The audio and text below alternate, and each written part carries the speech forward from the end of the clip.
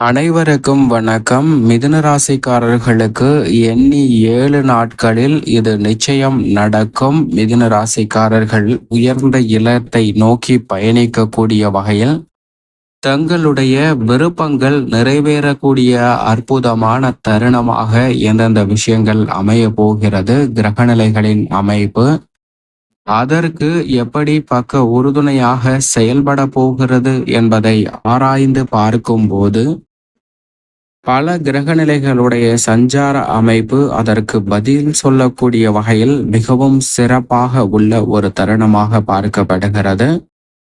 அது மட்டுமல்லாது இந்த வீடியோ பதிவை நீங்கள் பார்க்கிறீர்கள் என்றால் நிச்சயமாக இன்றிலிருந்து எண்ணி 7 நாட்களுக்குள் நீங்கள் எதிர்பார்க்கக்கூடிய நல்ல வாய்ப்பு நிச்சயமாக கணிசமாக உங்களுக்கு கிடைப்பதற்கான சூழல் உருவாகும் என்பதில் சந்தேகமே இல்லை. அது மட்டுமல்லாது உங்களுடைய இலக்கு என்பது உயர்ந்த இலக்காக இருக்க வேண்டும். உடனடியாக அதை எட்டி பிடிக்கக்கூடிய அளவிற்கு இருக்கக்கூடாது. உதாரணமாக நாம் ஒரு ஏணி படிக்கட்டில் ஏறுகிறோம் என்று வைத்து கொண்டால் அந்த ஏணி படிக்கட்டுகளை எப்படி ஒவ்வொன்றாக ஏறுகிறோமோ அது போன்றுதான் உங்களுடைய இலக்கு அந்த ஏணி படிக்கட்டின் எல்லையாக இருக்க வேண்டும். அதை அடைவதற்கு தற்போது சிறு சிறு பணிகளாக பல திட்டங்களை செயல்படுத்த வேண்டும். அப்படி செயல்படுத்தும் போது மட்டும்தான் மிக பெரிய அளவிலான வெற்றி வாய்ப்பு உங்களை தேடி வரும். எப்போதும் மிதுன ராசிக்காரர்கள் ஒரு விஷயத்தை நினைவில் கொள்ளுங்கள். நவ கிரகங்கள் என்று சொல்லக்கூடிய இந்த 9 கிரகநிலைகளும் எப்போதும் உங்களுக்கு ஒரே நேரத்துல அதீத நன்மையை கொடுக்கக்கூடிய அமைப்பில் நிச்சயமாக பலம் வராது. ஏனென்றால் 8 கிரகநிலைகள் சாதகமாக பலம் வந்தாலும் ஒரே ஒரு கிரகம் மட்டும் சாதகமற்ற சூழ்நிலையை ஏற்படுத்தினாலும் கூட சிரமத்தை சந்திக்க வேண்டிய சூழல் உருவாகும். அதேபோன்று 8 கிரகநிலைகள் சாதகமற்ற அமைப்பில் இருந்தும் ஒரே ஒரு கிரகம் மட்டும் அதீத நன்மையை கொடுக்கக்கூடிய வலுவான அமைப்பில் வீற்றிருக்கும் போதும் எதிர்பார்க்கக்கூடிய உச்சபட்ச நன்மை, தங்களுடைய விருப்பங்கள் போன்ற அனைத்துமே நிறைவேறுவதற்கான யோகமும் உண்டு என்பதை மறந்துட வேண்டாம். இது போன்ற நல்ல வாய்ப்புகளை நம்மளுடைய பிரபஞ்சம் உங்களுக்கு கொடுக்கிறது. பிரபஞ்சத்தில் அத்தனைக்கான தீர்வும் உண்டு. எந்த நேரத்தில் எந்த விஷயத்தை உங்களுக்கு சிறப்பாக கொடுக்க வேண்டும் என நிர்ணயம் செய்யப்பட்டு தீர்மானிக்கப்பட்டிருக்கிறதோ அந்த நிகழ்வு நிச்சயமாக உங்களை தேடி வரும். ஆனால் அதே வேளையில் அதை பயன்படுத்தி கொள்வதும் தவற விடுவதும் உங்களது கையில்தான் உள்ளது என்பதை யதார்த்தமான உண்மையாக பார்க்கப்படுகிறது. உதாரணமாக அனைவருடைய வாழ்விலும் நிச்சயமாக சிரமம் இருக்கும், அதே போன்று மகிழ்ச்சியும் இருக்கும் என்பதை சொல்லிவிடலாம். இந்த சிரமங்களை கூட நாம் எப்படி அவற்றை படிப்படியாக களைந்து மகிழ்ச்சியாக மாற்றிக்கொள்ள வேண்டும் என்றால் நிச்சயமாக அதற்கு ஒரு உதாரணமாக இந்த சிறு கதையை பார்க்கலாம். ஒரு குருவும் ஒரு சிஷ்யனும் இருக்கிறார்கள். அவர்கள் காட்டு பகுதியில் பயணம் செய்து ஒரு கிராமத்தை அடைய போகிறார்கள். அப்படி கிராமத்தை அடையக்கூடிய வேளையில் குருவிற்கு பயணம் மேற்கொண்டதால் களைப்பு வந்து விடுகிறது, தாகமும் வந்து விடுகிறது. இதனால் தன்னுடைய சிஷியனிடம் அருகாமையில் இருக்கக்கூடிய நீர்நிலைக்கு சென்று என் தாகத்தை போர்க்கக்கூடிய அளவிற்கு நீரை சேகரித்து வா என்று சொல்ல, அந்த சிஷியனும் குருவை மரத்தடியில் ஓய்வெடுக்க சொல்லிவிட்டு அருகாமையில் உள்ள குளத்தை நோக்கி நடக்கிறார். அந்த குளத்திற்கு சென்று பார்க்கும்போது ஒருபுறம் மனிதர்கள் அந்த குளத்தில் குளித்து கொண்டிருக்கின்றனர், ஒருபுறம் கால்நடைகள், மற்றொரு புறம் வன விலங்குகளும் அந்த தண்ணீரை பருகி கொண்டிருக்கின்றன. இப்படி பலர் சேர்ந்து அந்த தண்ணியை ஒரு கலங்கலான தண்ணியாக மாற்றி வைத்திருக்கின்றனர். இப்படி இருக்கக்கூடிய நிலைமையில் இந்த தண்ணீரை குருவிற்கு குடிக்க கொடுப்பது நல்லதாக இருக்காது என்பதை உணர்ந்த சிஷியன் குருவிடம் சென்று, குருவே, குளத்தின் தண்ணீர் மிகவும் கலங்கி குழப்பமடைந்த நிலையில் சேரும் சகதியுமாக இருக்கிறது, என்ன நான் செய்ய வேண்டும் என்று கேட்கிறார். அதற்கு குரு எளிதாக, நீயும் இவ்வளவு நேரம் என்னுடன் சேர்ந்து பயணித்தாய் அல்லவா, அதனால் களைப்பாயிருப்ப சிறிது நேரம் இந்த மரத்து அடியின் படுத்து ஓய்வெடு என்று சொல்கிறார். இதை கேட்டவுடன் சிஷ்யனுக்கு குழப்பம்தான் அதிகரிக்கிறது. இவருக்கு தாகமா இருக்கு என்று சொன்னார். அதனால தாகத்தை தீர்க்க வழி சொல்லுவார் என்று பார்த்தால் என்ன ஓய்வெடுக்க சொல்கிறாரே, என்னடா இது அப்படின்னு குழப்பம் என்ற மனநிலையுடன் அந்த சிஷ்யன் அங்கு ஓய்வெடுக்கிறார். சில மணி நேரங்கள் கழித்ததற்கு பிறகு குரு சிஷ்யனிடம் மீண்டும் அந்த குளத்திற்கு போ, இப்போ தண்ணி எடுத்துட்டு வா என்று சொல்ல, அந்த சிஷ்யனும் குருவிற்கு மறுமொழி சொல்லாமல் அந்த குளத்தை சென்று பார்க்கிறான். இப்போது அந்த குளம் முழுமையாக தெளிந்து நன்கு நீர் மேலே சுத்தமாகவும் அசுத்தமான அத்தனை கழிவுகளும் கீழே படிந்திருப்பதை பார்க்கிறாருங்க. இதை பார்த்தவுடன் சிஷியருக்கு இந்த தண்ணீர் குருவுக்கு குடிக்க கொடுக்கலாம், ஏனென்றால் சுத்தமாக இருக்கிறது, மங்கலான நிகழ்வுகள் அனைத்துமே கீழே தங்கிவிட்டது என்பதை அறிந்து குருவிற்கு தாகம் தீர்ப்பதற்காக தண்ணீரை சேகரித்து கொண்டு வந்து கொடுக்கிறார் அந்த சிஷியன். அப்போது அந்த சிஷியன் குருவிடம், ஏன் குருவே உங்களுக்கு தாகமாக இருந்து தண்ணீர் பருக வேண்டும் என்று என்னை வேறு இடத்திற்கு செல்ல சொல்லாமல் சிறிது நேரம் கழித்து அதே இடத்திற்கு சென்று தெளிந்த தண்ணீரை சேகரித்து வர செய்தீர்கள்.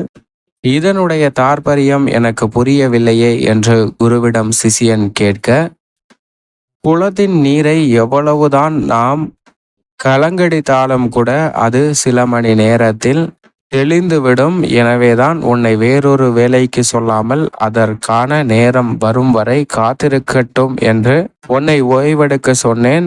இப்போது போன்றுதான் மனிதர்களும் தங்களுக்கு ஏற்படக்கூடிய பிரச்சனைகள், ஏராளமான கவலைகள் வரும்போது அதை எப்படி கையாளுவது என்று தெரியாமல் தடுமாற்றத்துடன் தவறுதலாக பல விஷயங்களை மேற்கொள்கிறார்கள். நானும் அதுபோன்று உன்னை வேறொரு இடத்திற்கு அனுப்பியிருந்தாலோ அல்லது வேறொரு இடத்திற்கு நீர் சேக அனுப்பியிருந்தாலோ நீர் கிடைக்காமல் போயிருக்கலாம், அல்லது இந்த நீரையே எடுத்துட்டு வா அப்படின்னு சொல்லியிருந்தா கூட இந்த நீர்ல இருக்கக்கூடிய கிருமிகளால் எனக்கு பல பிரச்சனைகள் வந்திருக்கவும் வாய்ப்பு இருக்கிறது.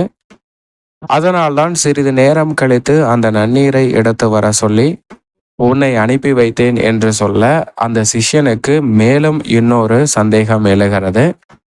குருவே, மனிதர்களுக்கு எழக்கூடிய பிரச்சனைகள் கொஞ்சமாக இருந்தால் இந்த குளத்து நீர் போன்று சிறிது நேரத்திலே அந்த பிரச்சனைகள் தீர்வு காண்பதற்கான நல்ல யோசனையை சந்திக்கலாம். ஆனால் ஒவ்வொரு நொடியும் பல பிரச்சனைகள் வந்து கொண்டே இருக்கின்றது என்று சொல்லக்கூடிய மனிதர்களுடைய பிரச்சனைக்கு எப்படி தீர்வு காண முடியும் என்று கேட்க, குருவோ அதற்கு மறுமொழியாக, எவ்வளவு பெரிய பிரச்சனையாக இருந்தாலும் அதற்கு என ஒரு குறிப்பிட்ட நேரம் இருக்கிறது. அந்த நேரம் வரை பொறுமையாக இருந்தால் நிச்சயமாக அதற்கான தீர்வை இந்த பிரபஞ்சமே உங்களுக்கு ஏற்படுத்தி கொடுக்கும் என்பதை குரு மறுமொழியாக சொல்ல, அந்த சிஷியனுக்கு அப்போதுதான் புரிகிறது, எவ்வளவு சிரமங்கள் வந்தாலும் அதை சிறிது நேரம் கழித்து பார்க்கும்போது அது மிக சிறிய பிரச்சனையாக மாறிவிடும், அதை எளிதில் நாம் வெற்றி பெற்றுவிட முடியும் என்ற சிந்தனையும் அவருக்கு வருகிறது. இதுபோன்றுதான் மிதுனராசிக்காரர்களுடைய வாழ்வில் பல சிக்கல்கள் வந்தாலும் அதை சிறப்பாக கையாளக்கூடிய வகையில் யோசிக்க வேண்டும். அப்படி யோசிக்க தவறும் போதுதான் அந்த பிரச்சனையை மேலும் மேலும் சிக்கல் நிறைந்த ஒன்றாக மாற்றிக்கொள்ளக்கூடிய சூழல் உருவாகிறது. ஆனால் இந்த வேளையில் மிதுனராசிக்காரர்களை பொறுத்த வரைக்கும் பல கிரகநிலைகள் மிகவும் சாதகமாக வலம் வருகின்றன. அதிலும் குறிப்பாக எண்ணி 7 நாட்களில் இது நடந்தே தீரும் என்று சொல்லக்கூடிய வகையில் பல அற்புதமான நல்ல நிகழ்வுகளை மிதுனராசிக்காரர்கள் சந்திப்பதற்கான சூழல் உருவாகக்கூடிய இனிமையான தருணமாக பார்க்கப்படுகிறது. ஏனென்றால் முழு சுபகிரகமான குரு விரயத்தில் இருக்கிறார். மிக விரைவில் வக்ரம் பெற போகிறார். குருவின் அமைப்பு நிச்சயமாக முழு சுபகிரகமாக இருப்பதால் விரயத்தை அதிகமாக கொடுத்தாலும் கூட மன நிம்மதியையும் உடல்நல ஆரோக்கியத்தையும் மனதிற்கு மகிழ்ச்சி தரக்கூடிய பல சுப நிகழ்வுகளையும் எந்தவிதமான தடையும் இல்லாமல் சிறப்பாக ஏற்படுத்தி கொடுக்க போகிறாருங்க.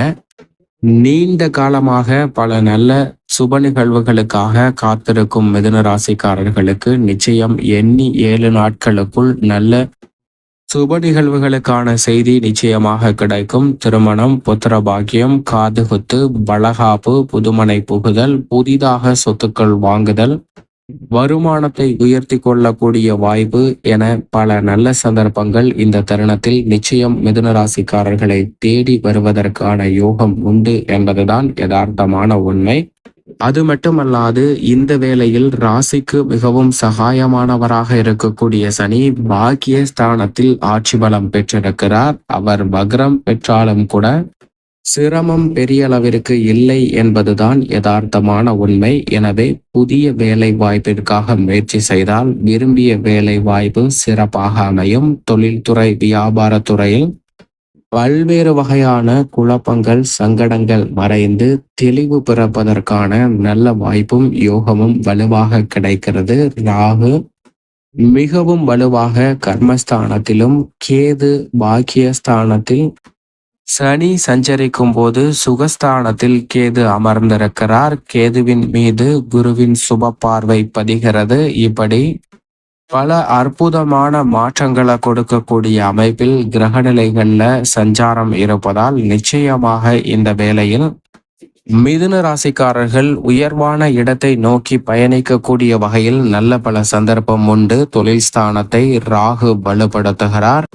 விருப்பங்கள் நிறைவேறக்கூடிய இடத்தில் சுகஸ்தானத்தில் கேது வீற்றிருக்கும் போது குருவின் சுப பார்வை அவரை வலுப்படுத்துவதால் பல தடைகள் விலகி சிறப்பான உச்சபட்ச வளர்ச்சியை நிறைவாக சந்திப்பதற்கான முதன்மையான யோகம் நிச்சயமாக மிதுன ராசிக்காரர்களுக்கு உண்டு. அது மட்டுமல்லாது சூரியன் இந்த தருணத்தில் மிக வலுவாக ஆட்சி பலம் பெற்று சஞ்சரிக்கிறார். ஆளுமையும் அதிகாரமும் கொண்ட சூரியன் ராசிக்கு சகாயமானவராக பார்க்கப்படுகிறாருங்க. மிதுன ராசிக்காரர்களுக்கு அவர் ஆட்சி பலம் பெற்று வலுவாக சஞ்சரிப்பது அனைத்து விதமான காரியங்களிலும் இருக்கக்கூடிய காரிய தடைகளை தவிடுபடியாக்கக்கூடிய ஒரு தருணமாக பார்க்கப்படுகிறது. திட்டமிடுதலை விட துல்லியமாக செய்து முடிப்பதற்கான யோகத்தை சூரியன் ஏற்படுத்தி கொடுக்கிறார். சந்திரனும் இந்த வேளையில் சாதகமாகவே வலம் வருகிறார். ராசியின் அதிபதியாக இருக்கக்கூடிய வித்யாகரகரான புதன் மிக விரைவில் உச்சம் பெற போகிறாருங்க. ராசியின் அதிபதியின் உச்சம் என்பது மிதுன ராசிக்காரர்களுடைய வாழ்வில் உச்சபட்ச வளர்ச்சியையும் நன்மையும் பெற்றுத்தருவதற்கான சிறப்பான யோகத்தை ஏற்படுத்தி கொடுக்கிறது என்பதில் சந்தேகம் வேண்டாம். எனவே நீங்கள் எதிர்பார்க்கக்கூடிய விருப்பங்கள் அனைத்தும் மிக சிறப்பாக பூர்த்தியாவதற்கான முதன்மையான யோகம் இந்த தருணத்தில் வலுவாக கிடைக்கிறது. ராசிக்கு சகாயமானவராக இருக்கக்கூடிய சுக்கிரனும் இந்த வேளையில் மிகவும் சாதகமாக வலம் வருகிறார். ஏனென்றால் மிக விரைவில் அவர் ஆட்சி பலம் பெற போகிறாருங்க. சுக்கிரனின் ஆட்சி பலம் என்பது பல வகையில அதிரடியான முன்னேற்ற வாய்ப்புகளை நிறைவாக மிதுன ராசிக்காரர்களுக்கு பெற்றுத்தருகிறது. நீங்கள் எதிர்பார்க்கக்கூடிய கலைத்துறை ரீதியான வாய்ப்புகள் சிறப்பாக அமையும். அரசியல் துறையில் இருக்கக்கூடிய நெருக்கடிகள், சங்கடங்கள் மறைந்து நல்ல மாற்றத்தை வலுவாக சந்திப்பதற்கான யோகமும் வலுவாக கிடைக்கிறது. பூமிக்காரகன், மங்களக்காரகன் என்று சொல்லக்கூடிய செவ்வாய் ஜென்மத்தில் சஞ்சரிப்பதும் ஒரு வகையான யோகத்தை ஏற்படுத்தி கொடுப்பதால் இந்த தருணத்தில் பல வகையில புதிய சொத்துக்களை வாங்குவதற்கான நல்ல சந்தர்ப்பம் நிச்சயமாக உருவாகும். இதை சரியாக பயன்படுத்தி கொள்ளுங்கள். இதைவிட வருமானத்தை உயர்த்தி கொள்ளக்கூடிய வகையில் பெருவாரியான கிரகநிலைகள் சாதகமான ஒரு அமைப்பில்தான் வலம் வருகின்றன. எனவே எண்ணி 7 நாட்களுக்குள் பல நல்ல வியக்கத்தக்க வகையிலான சிறப்பான மாறுதல் நிச்சயமாக உங்களுடைய வாழ்வில் சந்திப்பதற்கான யோகம் உண்டு. மேலும் இந்த தருணத்தை மிக சிறந்த மகிழ்ச்சிகரமான தருணமாக மாற்றிக்கொள்ள நிச்சயமாக மிதுன ராசிக்காரர்கள் தினமும் மாலை வேளையில் வீட்டில் பூஜை அறையில் தீபம் ஏற்றி வழிபாடு செய்யுங்கள். தங்கள் வாழ்வில் சந்திக்கக்கூடிய கஷ்டங்கள் அனைத்துமே கரைந்து எண்ணி 7 நாட்களுக்குள் எதிர்பார்க்கக்கூடிய விருப்பங்கள் பூர்த்தியாகக்கூடிய நல்ல நேரமாக நிச்சயமாக அமைவதற்கான யோகம் கிடைக்கும் என்பதில் சந்தேகமே இல்லை.